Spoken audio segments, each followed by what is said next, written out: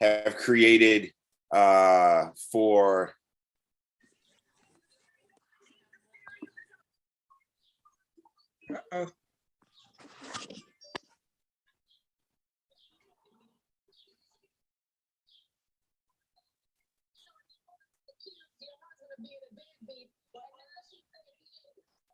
my bad. I hit leave instead of got it, so I'm back. So I have a playlist. The last couple of years, I've been invited to give a talk at the Howard University School of Divinity, and I'll tell you about that in a minute. But if I tell you what the talk is and I tell you what the name of the playlist is, then that will give away the theme. So the first song we heard was I Shot the Sheriff by Bob Marley and the Wailers. Then Midnight Train to Georgia, Gladys Knight in the Pits, Living for the City. And the last song we just heard was Touch the Hem of His Garment. Some other songs on this playlist are Killing Me Softly, both the Roberta Flack version as well as the Fugees version. I also have Today Was a Good Day by Ice Cube. I also have I Used to Love Her by Common. So any, I know some of you may be familiar with some of these songs, not with with all of them. I think it's what we're looking here is the lyrics, right? So I'll just go ahead and give it away. The name of the playlist is The Art of Storytelling, right?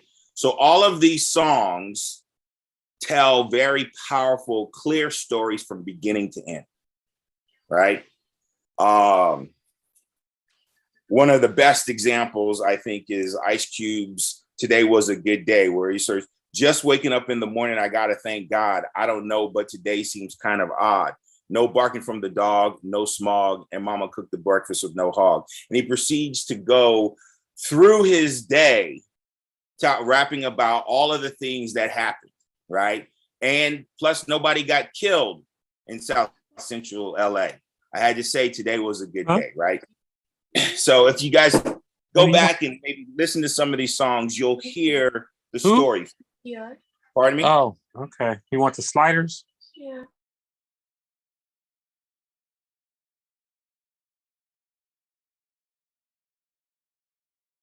Somebody else was muted. So I think another really great storytelling song is Living for the City, right? A boy was born in Hard Time, Mississippi, surrounded by a world that ain't so pretty, right? And we see the main character's growth. We learn about his family and his move to New York City and whatnot. And so why might that be the theme for today? I know we all read the book of Joshua and we read the chapter. Why might that be the theme for today?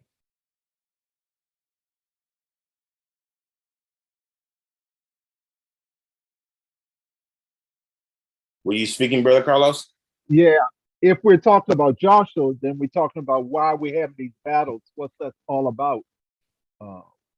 What meaning are we to get from this? Right. And that's on point. And as we've sort of talked about in some of the, particularly in the book of Deuteronomy, as well as, other portions of the Hebrew Bible that we have covered so far, that there are, a collection of different stories. There are many different writers who are looking to tell different stories. One of the points, and actually before we go much deeper, I'd like to open with a brief prayer. This prayer comes from a collection of prayers by the scholar Walter Brueggemann. He's a biblical scholar, and the name of the book is called prayers for a privileged people. And this is the prayer of illumination. Let us pray.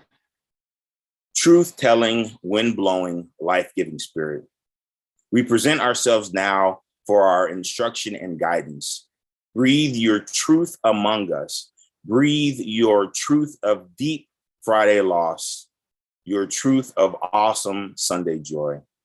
Breathe your story of death and life, that our story may be submitted to your will for life. We pray in the name of Jesus, risen to new life. Amen.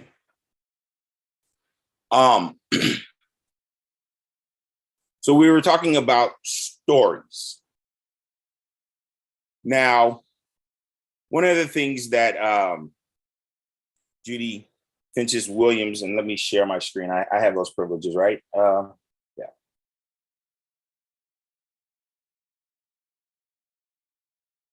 You guys seeing my screen? All right. So genre. I'm going to read this first paragraph, and then let me see if there are too many tricky words in there, and then I might ask somebody else to read. No, it's fine.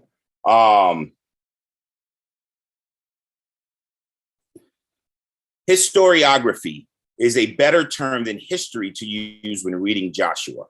Historiography is historic writing to be distinguished from history in a strict modern sense of the word. Because although the books of Joshua and Judges appear to be dealing with history, it is unlikely that the stories in Joshua have the same goals that contemporary history writers claim to have. These very statements make assumptions about history that must be challenged. In his article, The Trouble with History, Baruch Halpern offers a description of ancient history writing that serves as a critique of modern history. Halpern reminds us that all history has an audience in mind and is meant for a purpose. History is not how things happened, but an incomplete account written according to a specific end of selected developments. History is not how things happened, but an incomplete account written toward a specific end of selected developments. Now, what does that mean to you all, given what we've talked about in Deuteronomy, and given that we know that Deuteronomy was written in a good chunk of it was written sort of during periods of exile and post-exile. And we have the sort of, for lack of a better word, the quid pro quo nature of God's relationship with the Hebrew people. You do this, and this is done for you. You don't do this, this is not done for you. Why might we have the accounts of in Joshua presented to us in the way that they are?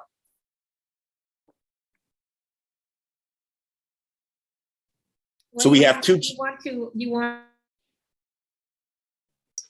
say why it was okay to do what they did in Canaan? Say that again. You want to say why it was okay for the Hebrews to do what they did in conquering a land already populated. Well, justifying our military victories. Well, we can get to that, right? I mean, I certainly think that we will talk about, what does it mean, where religion or God is not only sanctioning violence, but is directing it, right? Directing a genocide. But we have two, at least in the early part of Joshua, we have two accounts of battles on cities, right? We have Jericho, the Battle of Jericho, and then we have, what is it? Ai, right? Jericho goes according to plan. Ai doesn't, at least initially, right? And The difference is because one of the generals in the Battle of Jericho doesn't do everything that God tells him to do. So in a sense, there's a punishment. They suffer a setback and a defeat with Ein. You're with me? Right? And again, here we see in that text, or I should say, in the telling of those two stories, a reinforcement of the Deuteronomist sort of theology of, if you do what God tells you to do, things will work out right for you. But if you don't do what God tells you to do, things will not work out right for you. Right? So and as we will see a little later on into this story, and I will actually share a couple of resources. I'll share a video, and certainly once we get into Judges, the Hebrew conquest, there's considerable contradictory evidence in the text as to how the Hebrew conquest of Canaanite took over and, came about, right? The first part of Joshua suggests a fierce and swift military campaign, right? Shock and awe. What did they call it in the first Gulf War? Now it wasn't blitzkrieg, but it was something else where they just rolled in and just took this land by force. Whereas later on in Joshua and certainly in Judges, it suggests that it was a much more gradual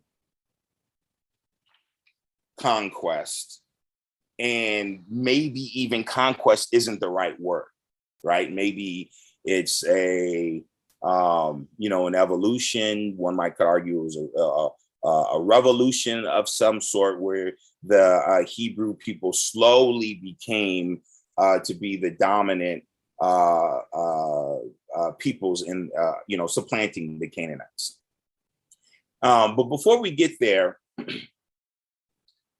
I'd like to get us to sort of probe a little bit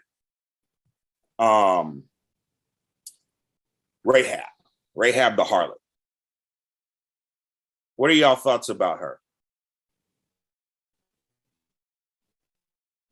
Why would this woman, who had some degree of privilege among the Canaanites, right? I mean, let's call her what she was, a madam, right? And we all know that in order, even today, for people who are often running these sorts of operations, that somebody knows that they're going out, that they're in business, otherwise they wouldn't be in business. She had some favor from the city leaders, some protection. Why would she turn her back on her Canaanite sponsors and go with this ragtag group of rebels? Well, she'd heard about the God of the ragtag rebels and how he had enabled them to defeat all of their enemies. So she was thoroughly convinced that that was the right side to be on. Right. And maybe she got a better offer, I always thought that maybe God had sent an angel or somebody to forewarn her of what was happening. Maybe that wasn't true. But well, I mean, I think that both Brother TJ and Sister Janine kind of, in my mind, hit it on the head, right? Obviously, from a spiritual sense, right, and from a religious sense, she it was like her road to Damascus, right? She saw the power of God and was willing to submit and be part of that. But arguably, right, we're dealing with ancient times, and this is a woman who is a hustler, obviously, right? She was out there on her own, so she saw a better offer. Maybe it was a material offer, but it could also have been a better spiritual offer that she saw. Now, this is Rahab makes an appearance in the New Testament, or at least her name is referenced in the New Testament. Anyone? Any thoughts? In fact, she's mentioned, or in the Christian Bible, I should say, since we're using proper nomenclature here, she in fact is referenced in the very first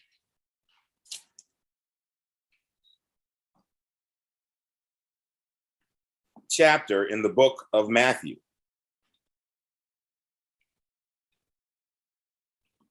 I know all you good Christians and Bible readers here know what the first chapter of Matthew is. Go ahead, Janine, you're muted. You're still muted. That's the history of the Jewish people. No. It's Sort the of. genealogy of. Genealogy, yeah. Genealogy of Jesus. Yeah. Can we go Sorry. back to Rahab for just 1 second? Yeah.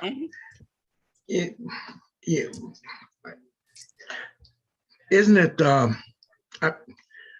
I'm just wondering, how did the spies? There must have been several ladies of the night there. How did the spies happen to go to Rahab rather than somebody else? So, I mean, it seems like it's a planted story to me. It's a what? Planted story. Okay, We got to make this puzzle work, so we'll just have to send her to Rahab rather than some other Margaret or somebody else. I was under the impression that she wasn't just another sex worker, but she was a madam. I mean, she was the lady of the city. Okay. So if you're going to go to somebody for help, you go to the lady, not just one of the workers. Well, my point is that there may have been more than one the lady, and they just happened to go to Rahab. Well, there was somebody who knew what was going on, She knew what was going on. And, was well known. Look, I don't want to. I have some very clear thoughts on this particular on that your general point about this is being a story that they needed to figure out how to make work. But I don't want to prejudice us at this particular point in time. But but stick with that, right? Like, I mean, in fact, there was a question that Judy Finches Williams put in there, and she says, and to your point, well, this is about, but she asked the question: when the editors of the Joshua story, when the editors of Joshua tell the story of Israel entering the Promised Land from the context of exile, how might their present circumstances compel them to make sure their current audience is persuaded that God is most capable of reversing their circumstances and returning them to their homeland, right? So whether it's a question of whether this was a blitzkrieg military conquest, whether it's a question of how did they know to go to Rahab, or what she's proposing, I believe, is part of this whole notion that they're telling a story for a particular purpose, for a particular audience, to illustrate certain points, right? And, you know, I'm not a big superhero. You know, I'm not the Marvel universe guy. Like my family hates it when I sit down to watch a Marvel movie because they've all seen it, and I'm asking questions about things that they already, you know about. But my favorite Marvel movies or superhero movies or whatnot is when we get to the origin story, right? When we find out how Batman became Batman, right? Or what's the guy's name? Wolverine becomes Wolverine, or even Spider-Man. Like all of those things, yeah, join the Marvel universe. They're fascinating. And so I would argue, right, when you know you're that Joshua is an origin story for the Hebrew people, right? Giving an understanding of how this nation came about. I would actually argue that some of the, you know, that Moses, right? When we read about Moses in Exodus, we're reading an origin story, the birth of a superhero, right? This man who has amazing powers, who can, you know, turn a stick into a snake and then back into a stick, right? Whose hand, I forget which color his hand was, but make it white or black, right? Just do all of these magical sort of things to justify. And in fact, God tells them, look, when Moses is doubtful about whether or not he can actually convince the Hebrew people to follow him, you know, I get tongue-tied, God, right? I got a lisp or whatever his, you know, potential speech impediment was. God says, Moses, the power is right there in your own hand. Drop the stick, do all this other kind of stuff, right? So if we think about these things as, you know, as stories, right? And I think, Brother Carlos, were you on, Brother Carlos, and who was on the men's church school call on Sunday? Were you there? Right, where we had yeah, that's right. All right, that's what I thought. We had an author join us, a professor who wrote The Everyday Crusade: Christian Nationalism in American Politics, right? And he talked about how every nation, every people have a myth of their origin, their story. Where do they come from?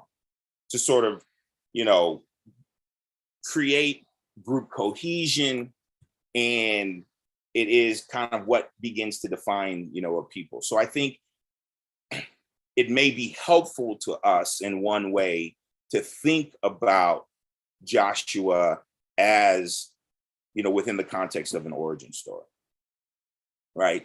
And one of the reasons why I lift up Rahab,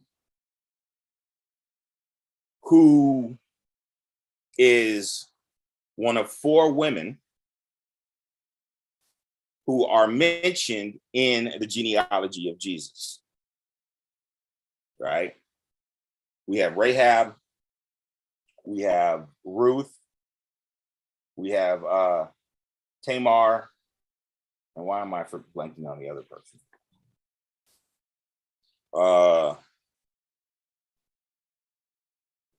Where is Rahab mentioned, referenced? In the Christian Bible, she's in the genealogy of Jesus. It's down in the down verse. right after Boaz. Kind of interesting. It'd be about the Yeah. 10th, chapter 1, verse 9.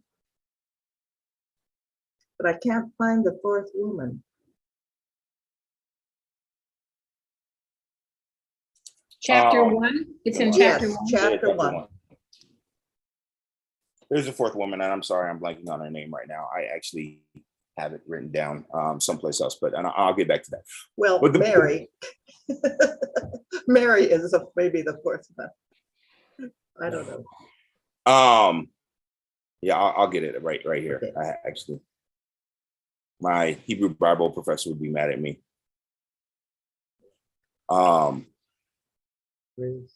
Yeah, Tamar.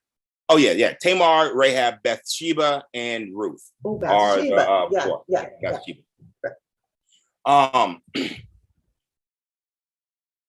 So now I'm jumping way ahead, but only just to make the point about storytelling and origin, right? We have this woman here who plays a critical role in establishing what ultimately becomes Israel, right? The nation. This woman also is a direct ancestor of Jesus. The Son of God who comes to fulfill, God's promise, absolve us for our sins. When we can deal with all of the Christology and the significance of Christ in the various different, Christology when we get to the Christian Bible. But do you guys see the point that I'm making? The thread, right? And at least two of the women, Ruth and not Bathsheba, Rahab, were foreigners, Canaanites, right? And all four of the women are involved, have some are involved, I should say, in some scandalous sexual endeavors, right? So, but that's the point of like the origin and why I wanted to sort of lift up Rahab in this particular, story, because it's very clear that she's called out, right?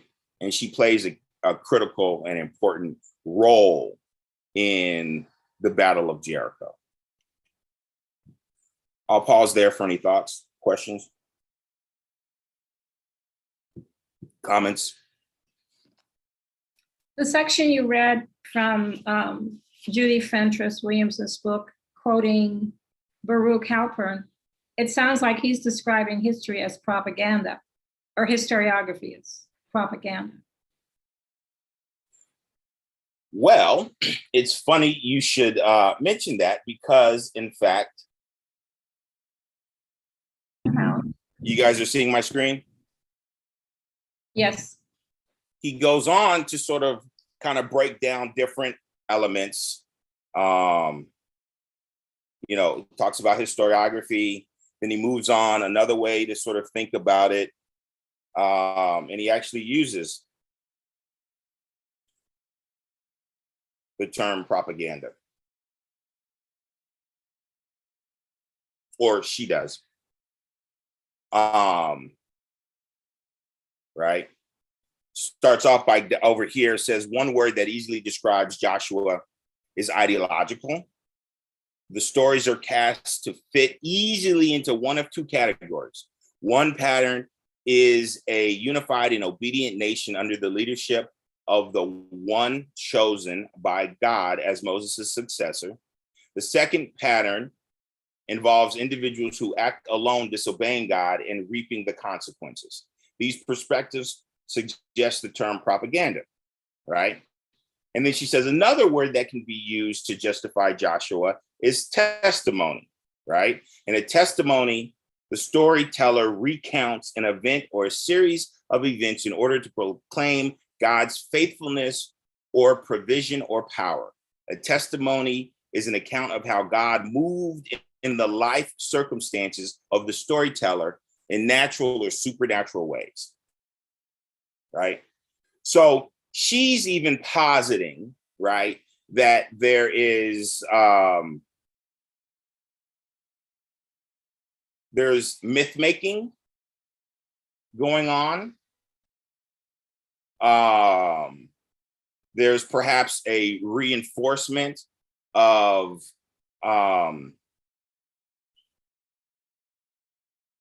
the lessons of being forced to live in exile, right? So you were onto something right there, Sister Bennett.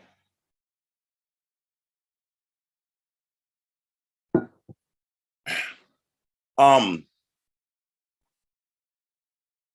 now one of the things, and we'll get to, I don't know how we can have a conversation about the book of Joshua without, a conversation about religiously sanctioned violence and genocide and whatnot. And I do want us to have that conversation, but before we do, I want to kind of introduce something else to the mix, right? Because we have this whole thing about storytelling. We have the idea of an origin story, right? We have the idea of this being some form of propaganda or maybe a testimony. But there is also, one of the which book is it?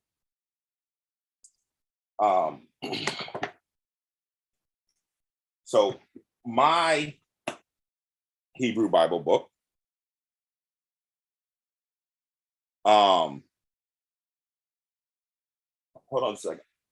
No. All right. My Hebrew Bible book, on the chapter here that's dedicated to Joshua, it's about 20 pages, and it spends about 15, not so much dissecting or analyzing the actual text, but really sort of questioning the archaeological evidence and research, right? So there's a lot of, there's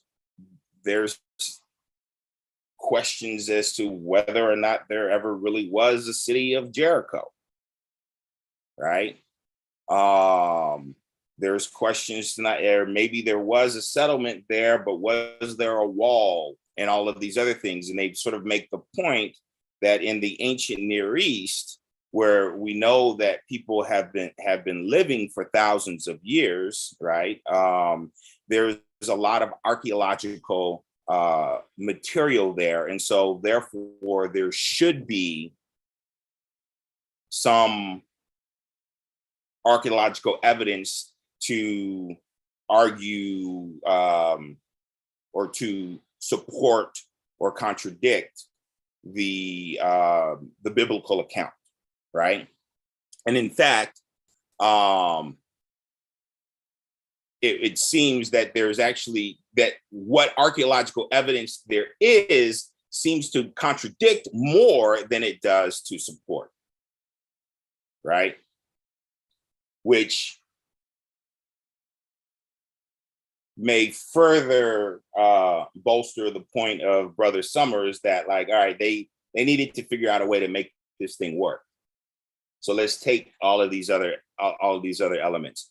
So I'm going to pull up a quick video. Let me see, let me make sure I'm sharing my screen and sound. Okay, you all can see my screen? All right. So this here is another resource which I think I've shared with you or called out before. It's called Bible Odyssey. And I think it's just BibleOdyssey.com or org.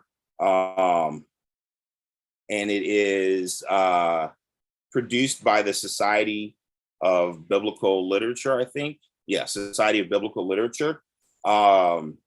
Everything on here is scholarly and peer reviewed. right?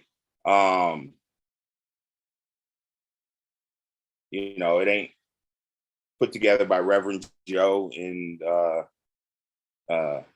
Prophetess Josephina. There are, you know, so this is a great resource if you want to sort of, you know, dig deeper. There was even, I came across an article here about like Rahab from a Cuban perspective, right? And resisting the you know, the Castro regime. So let me play this right here. Now, can you hear it? No, not yet. The conquest story, as narrated in the book of Joshua, is one of our main sources for reconstructing how early Israel emerged in the land of Canaan, or in the land of Israel. There's 5 theories. One of them, the conquest theory, as described in the book of Joshua, describes a lightning campaign through the land of Israel, or the promised land, really wiping out, kind of committing almost genocide against the Canaanites. The second theory, as recounted in the book of Judges, is called the peaceful infiltration theory, which in many respects seems to contradict what's mentioned in the previous book, the book of Joshua. And then you have 3 other theories: the social revolutionary theory, which sees the early Israelites as essentially rebelling Canaanites, and the pastoral Canaanite theory, which sees the early Israelites as pastoral nomads, which settled down following the collapse of the late Bronze Age in the 12th and 11th centuries. And then you have my theory, the mixed multitude theory, which does encompass, I would say, bits and pieces of all of the above theories. Now, in the book of Joshua, there's certainly evidence which contradicts the archaeological record, most notably Jericho, which archaeologists have yet to find. Not only have they not found a wall, they haven't even found a settlement, which can be dated to the time that most scholars believe that Joshua would have led this campaign. In other accounts, we do have some aspects which does seem to be corroborated in the archaeological record, most specifically Mount Ebal and Hatzor.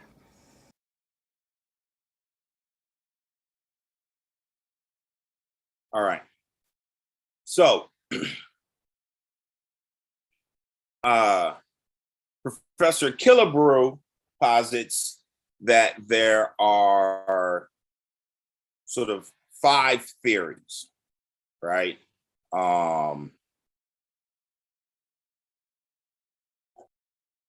There's the conquest theory, right? Sort of just the blitzkrieg, you go in and take over it. Then there's the sort of like kind of peaceful, what they call theory number 2 is a peaceful infiltration, right? So these people were outsiders who just sort of kind of came in. You know, one might call that the replacement theory.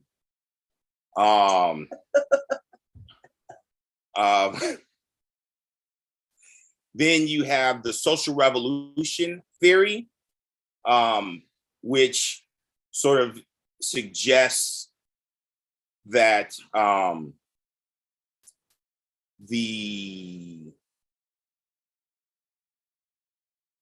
First, they started with the school board, right? Right. Yeah. That's one with the peaceful infiltration. Right. Yeah. Right. Exactly. Right. No, that's funny. But that these were that the Hebrew people were in fact Canaanites who differed in some sort of, you know, way and took over, right? Or maybe they were a minority who took over, but you know that they were an internal group that, you know, took over. And then there's the 4th one, which she says is the pastoral Canaanite theory, which sees the early Israelites as pastoral nomads, which settled down following the collapse of the last Bronze Age and in the 12th and 11th centuries. And then she has the mixed multitude theory, which is, I guess, is hers, which sort of is a amalgamation of the various, the previous 4 theories, right? Could I just add another one? And I'm thinking of Porgy and Bess. it ain't necessarily so. I just kind of, it just, you know, I just, my sense of humor, I guess. But I always like that song. Okay. Well, I mean, and that's the thing, right? Like there's no, how do I say this? I'm by no stretch of the imagination a Hebrew Bible scholar. I'm familiar enough with the literature and the debates and conversations that we have that we've had in divinity school or in whenever these sort of subject comes up. And the Book of Joshua is a very problematic one, right? And this kind of gets to the conversation about religiously sanctioned violence. And so, but yet it is such a foundational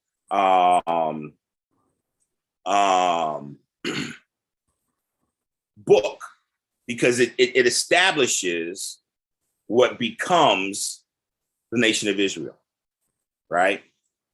So my sense is because of the role that it plays, right, that foundational role in the actual nation, they've been the crossing of the River Jordan sort of symbolically ends. I mean, physically ends, but also is a symbolic capstone on their time in the wilderness. That right, their time in the wilderness. They entered the wilderness by crossing the Red Sea, and they leave the wilderness by crossing the River Jordan, right? And so those two water bookends on their time. And so now they move here. So I think a lot of, scholars have spent a lot of time trying to ascertain what can be known or what is, what's true. Right. Go ahead, Sister Leandra. I was going to say that, it all is up for is a big controversy because a lot of archaeologists refute all of these stories that about Joshua, and they claim that the Canaanites were not utterly annihilated. They claim their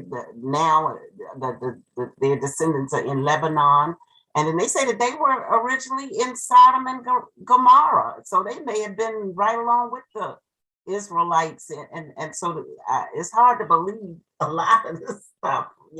Who has the accurate account? Because the archaeologists. They refute a lot. They claim they have found evidence that the Canaanites still exist in today's world. So I don't know. It's a little confusing.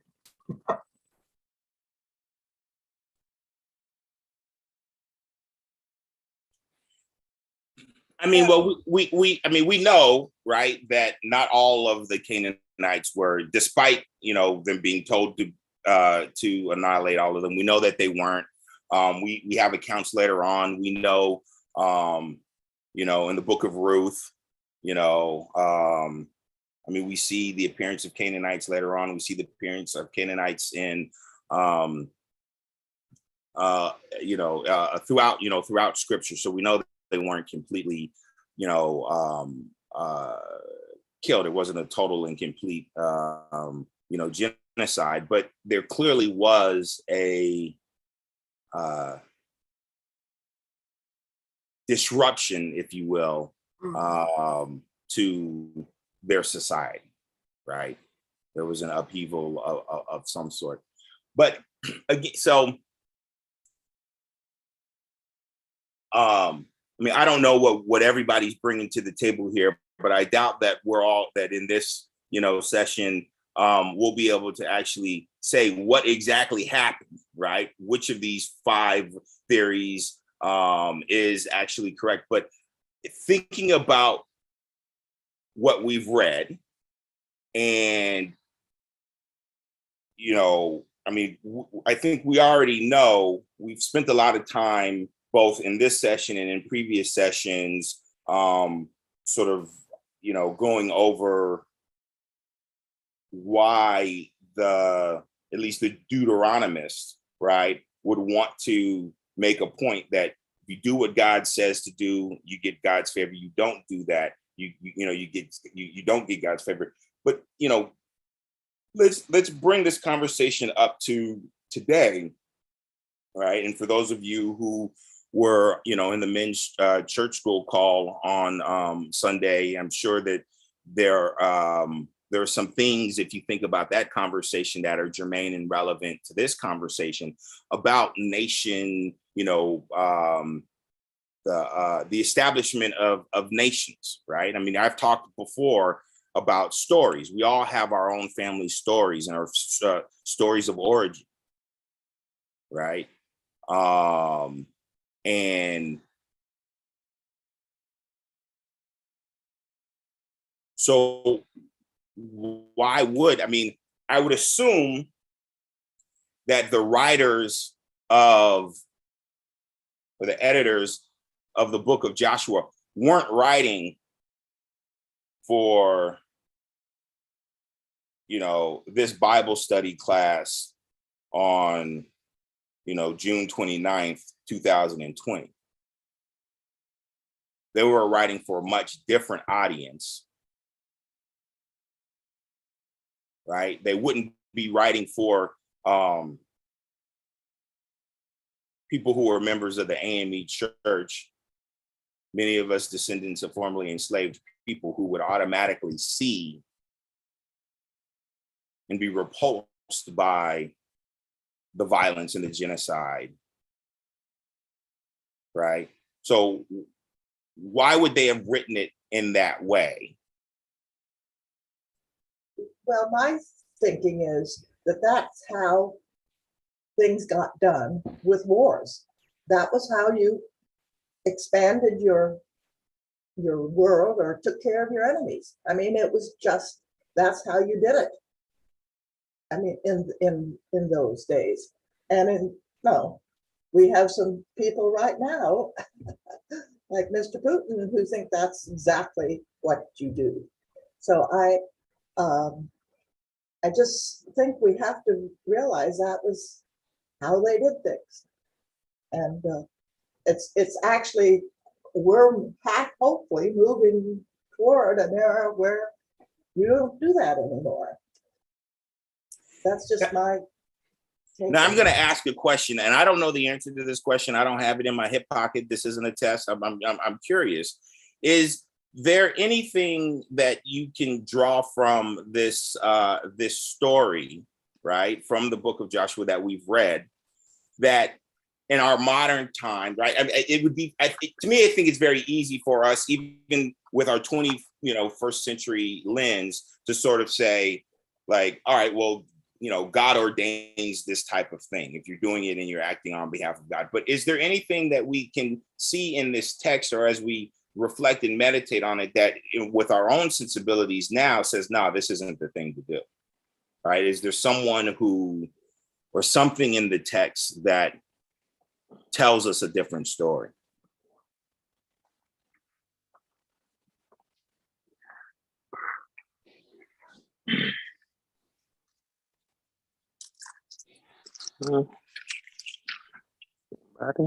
Everybody. I see you're unmuted, Brother Craig. Were you going to say something?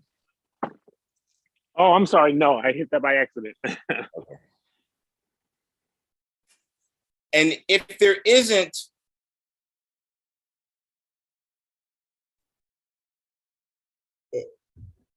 if we can't find it, and maybe we need to spend a little bit more time, and maybe we will find it, maybe we won't, I don't know. But if we don't find it, how do we wrestle with this story of religiously sanctioned genocide in our holy book?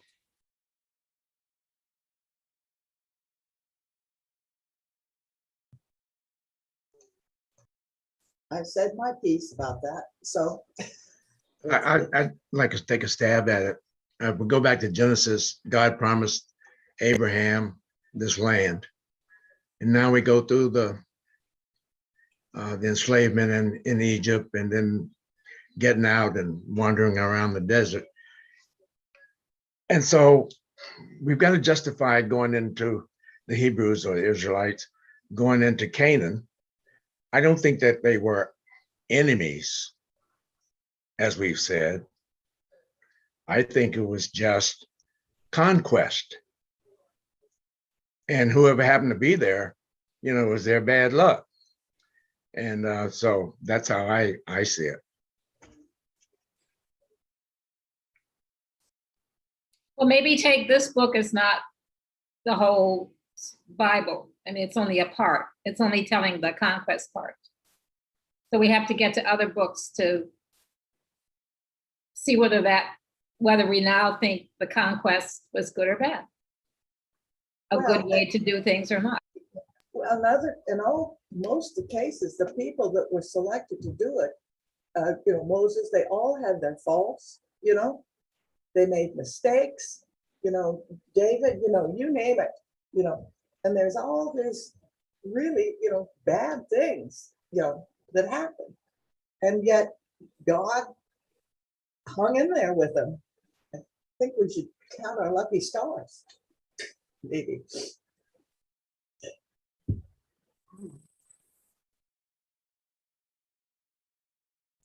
I think Sister Bennett makes a point that I've tried to make, is that I think we need to look at the Bible holistically, right? I mean, it's we need to look at it as a series of stories written and edited, compiled by different people at different points in time. Often they are in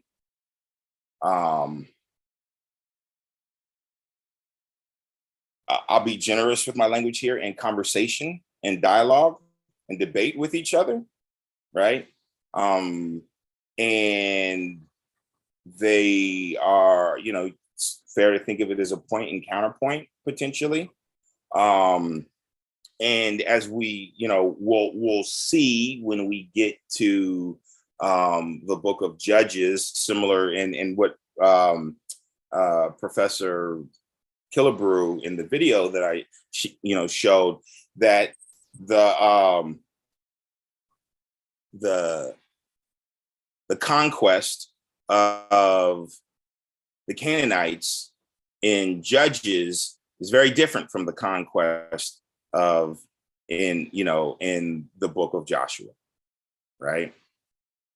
But I do think that one of my thoughts, and if you'll allow me here, and this is one of the things that I was going to say, I didn't want to sort of prejudice the conversation earlier on, although I think I might have shown my cards once or twice, was when we, if you think about this within the context of being an origin story, right? And the story of a people who are surrounded by much, much more powerful empires, right? They just left the Egyptian, they just left bondage among the Egyptians. We know the Assyrians are off someplace. We know the Persians are off someplace. They don't really deal with it in the Hebrew Bible, and you only get a little bit of a mention in the Christian Bible. But we know that further south, we have the Aksum Empire, right? Which is where it would be modern day Ethiopia, right? Where the Queen of Sheba is said to have come from, right? We know that in the time of Jesus, right? There's the Roman Empire that has conquered, this land, and even before the time of the Christian Bible, we have and it's not in our canon, it's not in the Protestant canon, I believe, but the Book of Maccabees, right? That's not in our canon, right? No. All right. But the Maccabees were, I think there's 3 books of Maccabees, or 2. How many are there? 2, I guess. But, tell the story of, thank you, Evan. 2 books of Maccabees, and that's a story of rebellion, right? So not all of the Bible, but there's these constant, and we know that there's multiple periods of exile, right? I mean, the book of Esther takes place during the Persian exile, right? Under the rule of King Xerxes. So these writers and editors are looking back, right? Looking at history, what has happened. They're speaking to a contemporary audience, but they also want to talk to future audiences, right? Because what we've seen is that, like, well, it's when people forget, you know, we talked about this 2 weeks ago when I was here. Each generation has to reaffirm the covenant, right? So, you know, I don't think God is telling people to go off and, you know, commit genocide. That's just me. I don't care what the book of Joshua says. You know, don't tell the presiding elder I said no. But I don't believe that. But if we're looking at this as, you know, origin story, the point of storytelling, and whatnot, then I think it perhaps puts it into a little bit of a context. I hope that's a little clear. I saw Anne Marie's hand, and then